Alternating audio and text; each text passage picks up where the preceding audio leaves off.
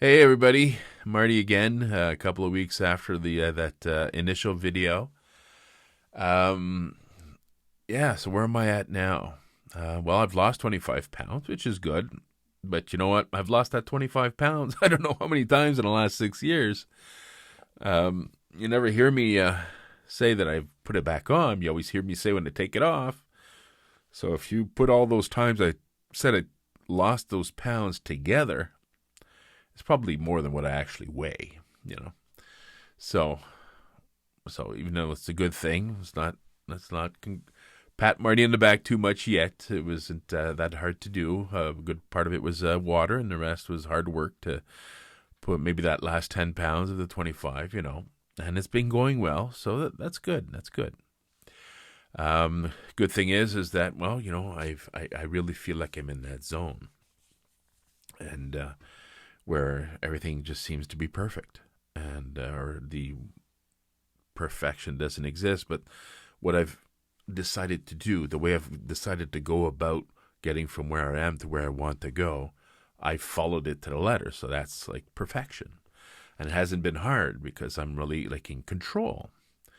So what is it that happens that when you lose that control, that you get out of the zone, that makes all the anxiety come back and all the second guessing and all of like you have control over nothing, anything, and that you watch yourself making these choices that aren't really good, that are completely in the other direction, and even though you're conscious of what you're doing, that you can't stop it because you don't have that control anymore.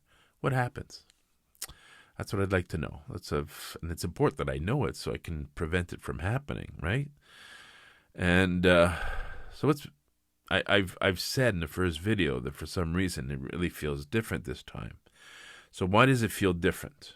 That's the question, right? And I think part of the answer is fear. For years, doctors, friends, coaches, nutritionists, spouses, well, spouses is one. It's your mom, right? It's everybody knows, a guy my weight, my age, the way I eat to stay at this weight, even though I do a lot of exercise, it's not good. And it's playing with fire. And my doctors have told me many times, don't wait. Don't wait till it's too late before you react. And why does that not sink in? Why am I not scared of that? Why is there no fear attached to that? Or there is, but it's very temporary. And then you kind of, do you block it? Do I block it, or do I just pretend it's not there and be like an ostrich, put my head in the ground? Or I'm really not scared by it because I don't feel it as a danger. But things change. Things change. And someone that's my weight, whenever you put an up in your sentence, going up a flight of stairs, walking up a hill, riding your bike up a hill, whenever gravity tends to make it a little more difficult by going up, well, someone my weight, it's especially for someone who has the lungs that I have, because they're not in the greatest of shape. I think my lungs are at like 70% or 80%. And I'll go up a flight of stairs and I'll be completely out of breath and feel tired.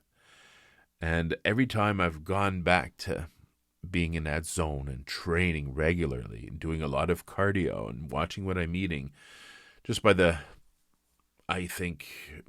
just doing the cardio for one. And the other part is getting rid of a lot of that retained water that I have, around the lungs maybe. It gets better quickly. It's surprising, actually, that after a couple of weeks of cardio, how you get your breath back rapidly when you exercise, when you go up a flight of stairs. But you know what? I've been going at it pretty strong for a month, and I have seen an improvement, but not the type of improvement I've seen in the past. So that's a red flag, and that's making the fear more real. And because in the past I've so easily brought myself from an unhealthy, sedentary person to a very highly physical, energetic person, easily, and this time it's a lot harder to get from there to there. It's like, oh, oh, hold on a minute. This is okay. So maybe now the fear is starting to sink in, and maybe it is that fear that makes it feel different now, and my choices are based on something else, something more real, not something I should do, but something I want to do. And when it comes to food, that's a bit how I look at food now. It's I'm not preventing myself from having certain types of food. I'm not like I'm limiting my carbs, let's say, but I'm not limiting them because I shouldn't have carbs to lose weight. It's more I don't want them, because out of respect for my body, I want my body to be a certain weight. I want to be in better health. And so I'm making kind of the same choice, but it's with this different motivation. And that's very different. However, you got to stay in that zone. So what happens if you fall out of that zone? What happens then? Even though the fear is there, will that fear be strong enough? That's a good question. It's a good question. So when it comes to food, actually, you know what? I'll give you another example first, because I've kind of identified when it happens. When it happens, when I go from, like, well, let's say it, falling off the wagon. Let's say it's when I feel a sense of pride. Doesn't that sound stupid? Doesn't that sound ridiculous? I stopped smoking 12 and a half years ago. And I'll never have one again, because I know if I only have one, I'll probably start to get up again. And before then, when I was younger, there was twice I smoked for about 20 years. And during that time, there's twice that I also stopped smoking, one for 3 months, once for 6 months.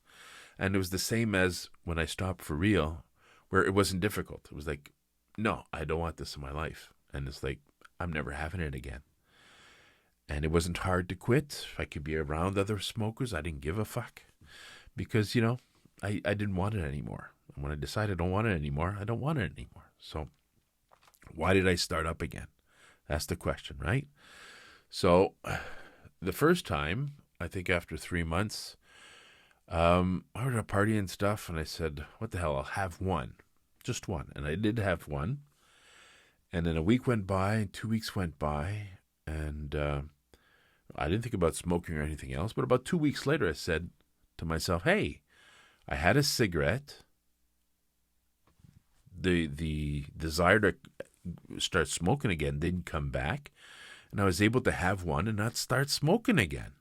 Oh, that's great. So I can have the occasional cigarette, and I won't start up again. So I had one again. But then instead of 2 weeks going by before the next one, maybe a week. And then after that, 3 days. And then after that, maybe 1 day. And after that, a couple of days. And then all of a sudden, you're buying your pack again. And it's all over. Those 3 months, gone. Because you had that one cigarette. That's why I know today I can't have one. Because that whole mechanism can happen again. But there's a sense of, after those 2 weeks when I said, hey, I was able to have one and not smoke, there's like a sense of pride attached to that.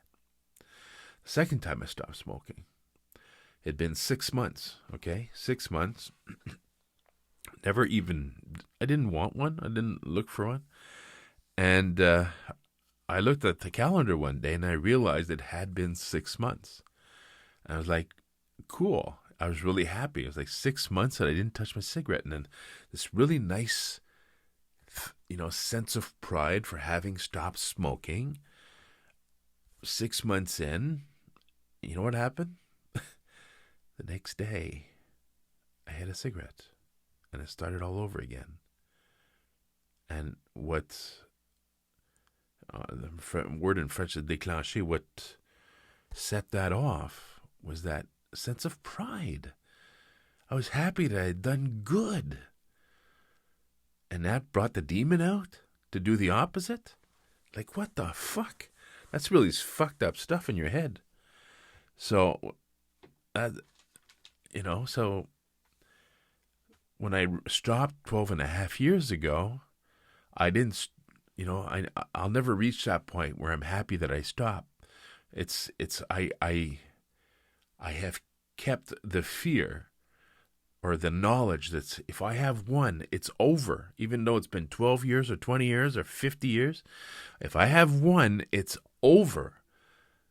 And I fear it, and I have no confidence attached to it, and that's what maintains it. So that's what feels different now with the weight and the food and the exercise, is the fear. It's a fear for my health now. It's not just a fear of falling off the deep end. It's a fear of my health. So, but the thing is, I have to learn that sometimes I won't eat in that image of perfection when I'm in the zone that I described at the beginning of this video. For example, Thursday night this week, my wife and I, we had dinner plans with someone from my work, with his wife, getting the two couples together for the first time, and we decided to go to the L'Emporium, which is a microbrasserie. And L'Emporium, they have some really great tasting beers, and it's one of these places that has the big wood oven. They make a wood fire in there, and they make some really great tasting pizzas. So when you go there, that's what you're going to have, is that pizza and that beer. Now, last month I haven't had any alcohol, and I love the great tasting beer, but I haven't missed it. I haven't had to have all this willpower to not have it. I just didn't want it. It's just unnecessary calories in my diet, where I'm on this path where I have certain goals. I want to get there. I need to take care of myself, and I just don't want it. It's not like, no, I shouldn't have it. It's, I don't want it, And now, so I have this dinner, and I'm thinking to myself, I've been told many times, and I do believe it, it's okay, especially when you look at intuitive eating, it's okay to have that beer, to have something. It's not the end of the world, and it should especially not be this moment in time that has you go off the deep end. So I have to learn to do that, and I've never been able to do it, so I have to learn to do it. So I wasn't sure what I was going to do. I looked at the menu. Often when we decided to go to a restaurant, I looked at the menu on the internet beforehand. I look at what I can have and what feels reasonable to me. Maybe not perfection, but it's reasonable. It's okay. Then I just keep going after with what I'm used to doing, or gotten used to doing, to maintain my quest on my journey. And anyway, so I saw that they have salmon tartare that's on special on Thursday nights, and I love salmon tartare. So I said, there you go. Better than eating a whole big pizza, for sure, right? And so I was set with that. And then the first question you always get when you go to a microbrasserie, you get something to drink. If you're having a beer, and I said, sure. I think, why the fuck not? And are you having a glass or having a pint? Now, of course, I'm one of these guys that it's always a pint, right? Where, my wife, she's more reasonable. She'll have a pint sometimes, but sometimes she'll take just a glass. It's enough. So the whole point of having the beer there is because they have great tasting beers that I don't drink normally. I make my own beer. They're great. But, there's others out there, and I like sampling, right? So having a glass of beer in my head was okay, and having that tartare was okay. So, hey, I'm set. So we get there, and we sit, and the menu's there, and I've seen it already, but I look at it over again, and of course one of these pizzas catches my eye. It's like, well, maybe I have that instead. But then we were waiting for a guest, and I wasn't sure. I had the choice. And in my head, I'm having the same discussion that I just described, which is, it's okay if I have a pint instead of a glass. It's okay if I have the pizza instead of, my salmon tartare. Just tomorrow morning, just go back to where you were. And this is what you got to do. This is what you got to learn to do. And that's not why I chose that, but it was just a sense of it's okay to do that. And you know what?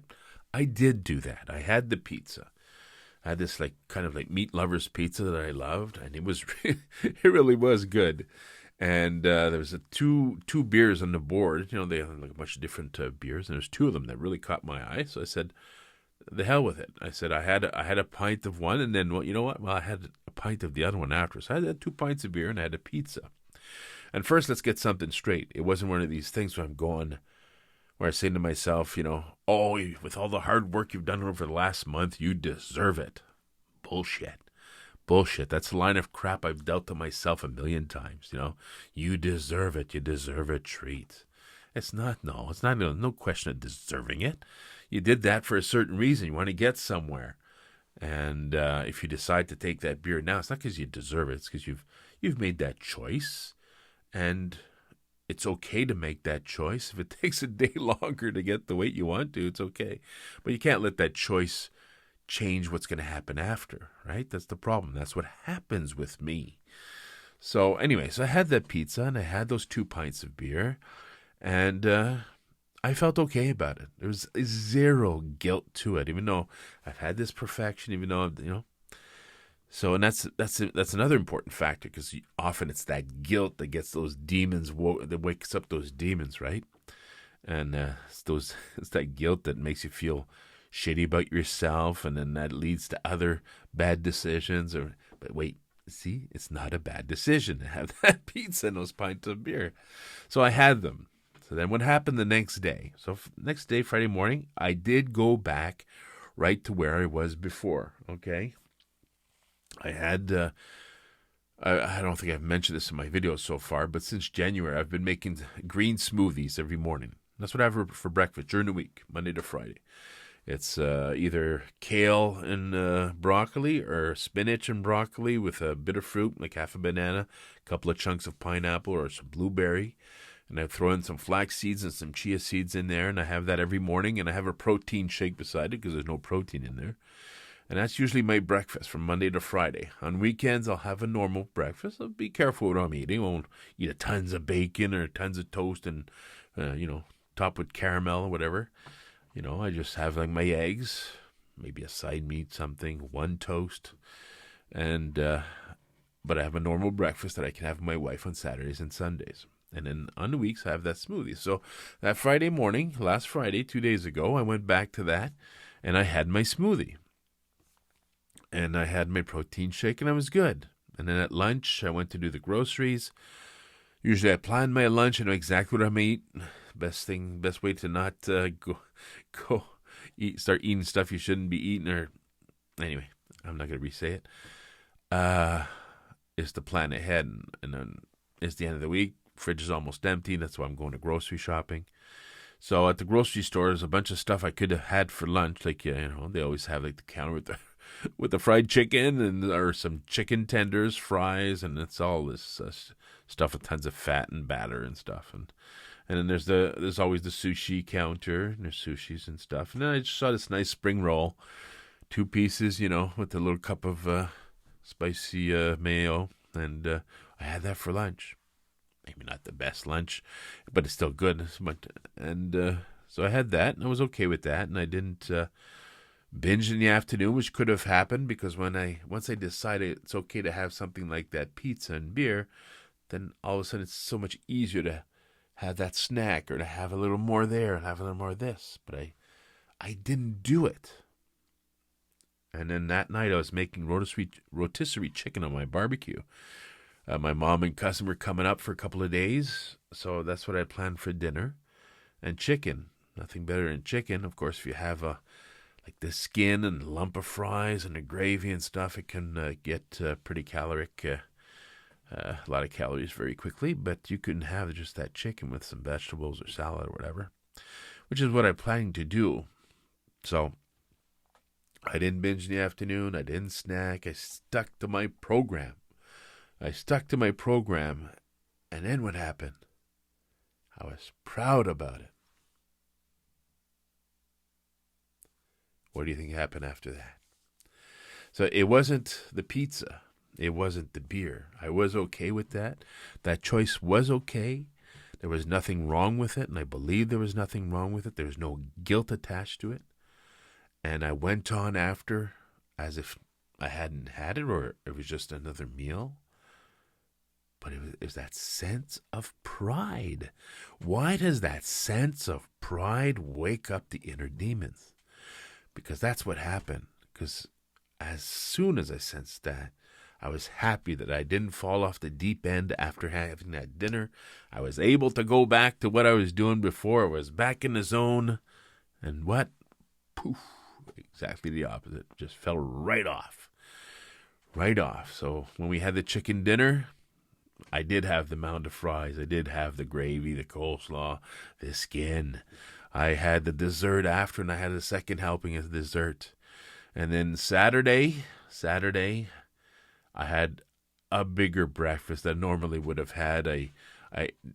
My mom and cousin were there, so the situation was perfect. I made a big spread for them, make all types of stuff for them, but of course I'm making it for myself too.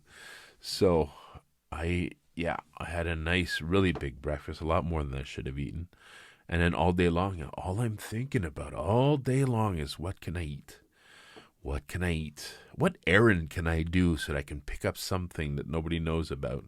That's when I start lying. That's when it starts happening, falling off the deep end.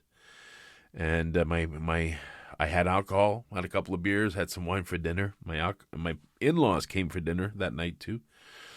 And then at the end of the night, my father-in-law, he had drank a lot, and I only had I was reasonable. I had 2 beers and 1 glass of wine. So I said, I'll drive you home. And, oh, you're so nice, Marty. You're so kind. You're bringing us home. You're my taxi driver. I could call a taxi. No, I'll go. What's going on in here? I drive them home. I can stop at the dep on the way back. That's what I did. Stopped at the dep.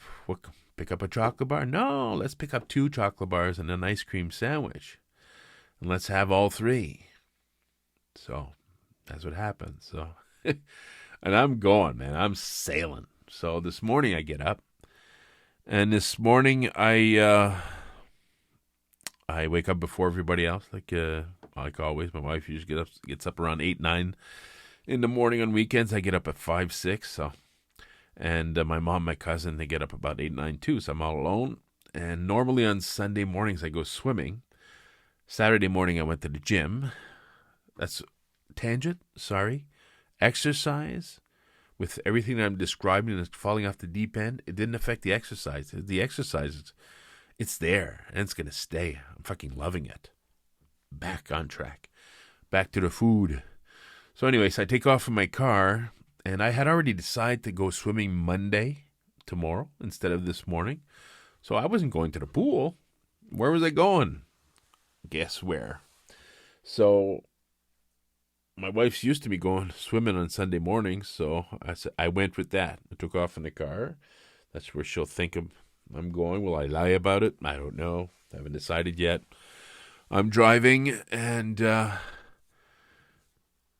first 2 things in my line of sight every time I leave home is the McDonald's and the Tim Hortons. So great breakfast there, great breakfast sandwich with the hash brown, and I'll have my chocolate milk sometimes.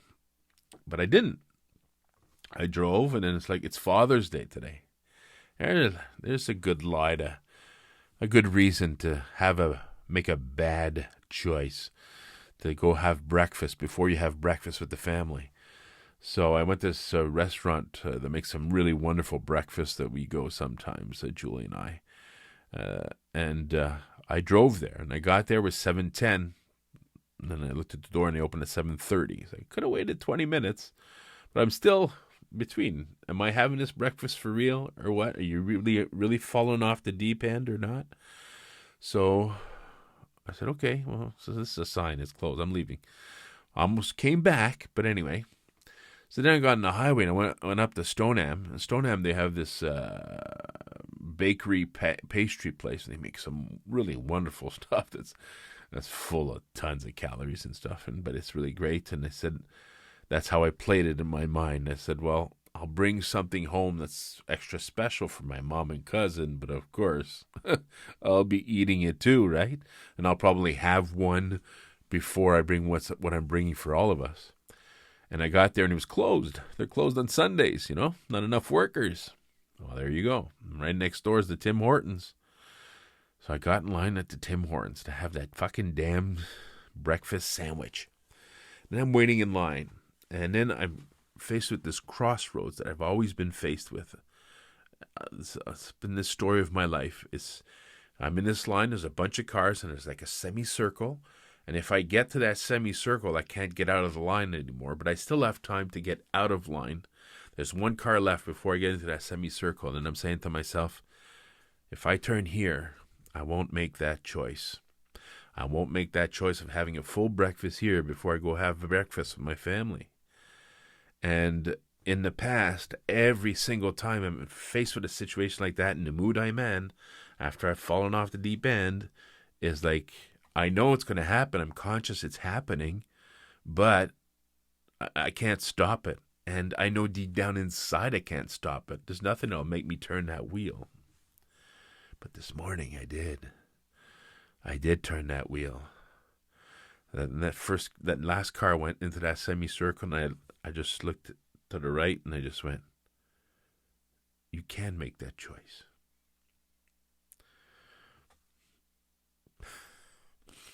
So I turned, and I didn't go. So where do you go now? It's 7:30. The restaurant's open, right? I could go back there. I said, no, man, you're going home. You're going home.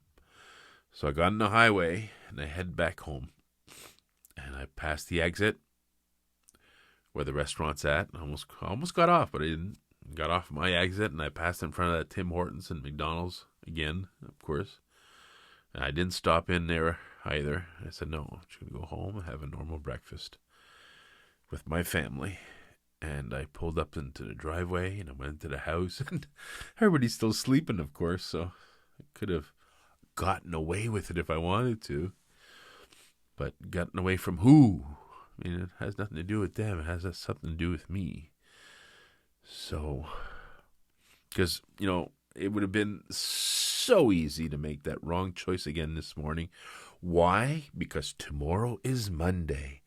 Tomorrow's the beginning of another week. Tomorrow we can start over again. You know how many times I've told myself that lie?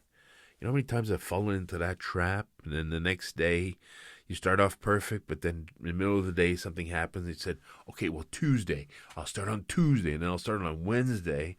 And then those days that you're not starting, you're eating more because tomorrow it'll be over and you can't binge anymore. But I didn't go there for once. So, all of that to tell you, man, it ain't easy. And I did, yesterday was a bad day. It came after since Friday afternoon till this morning, I guess. I was there. I was in that other zone, the zone I should avoid. But I'm out of it now. And my mom and cousin, they took off to Charlevoix. That's why they came. They were stopping in for a day to visit with us, but they're on their way there. So they left. My wife has gone to the cottage. We're eating with my in-laws tonight because it is Father's Day. And so for her father, we're going to have supper with them tonight. And I'm alone at the house. I got tons of food in the fridge, tons of food in the cupboards. I don't even have to go out to eat stuff that people won't know about, which seems to be my way of thinking when I'm in that stupid zone. But I'm not touching it. It's over. It's over. I'm back. I'm back. Thank God. Jesus Christ. I could have pretended like I wasn't there for another week, 2 weeks. Lied to my coach. Lied to myself. Find myself, I don't know, have 10 pounds back, starting over again. But I didn't do that. And I haven't weighed myself since this whole thing happened. And I'll jump on a scale tomorrow morning, and I'm sure I might be like a pound or two over 250, and then I'll bring that down again this week and start my quest at 240. But man, how easy it can be. But I'm there. I'm not there. I was there. And I'm back. That's why I'm recording this video.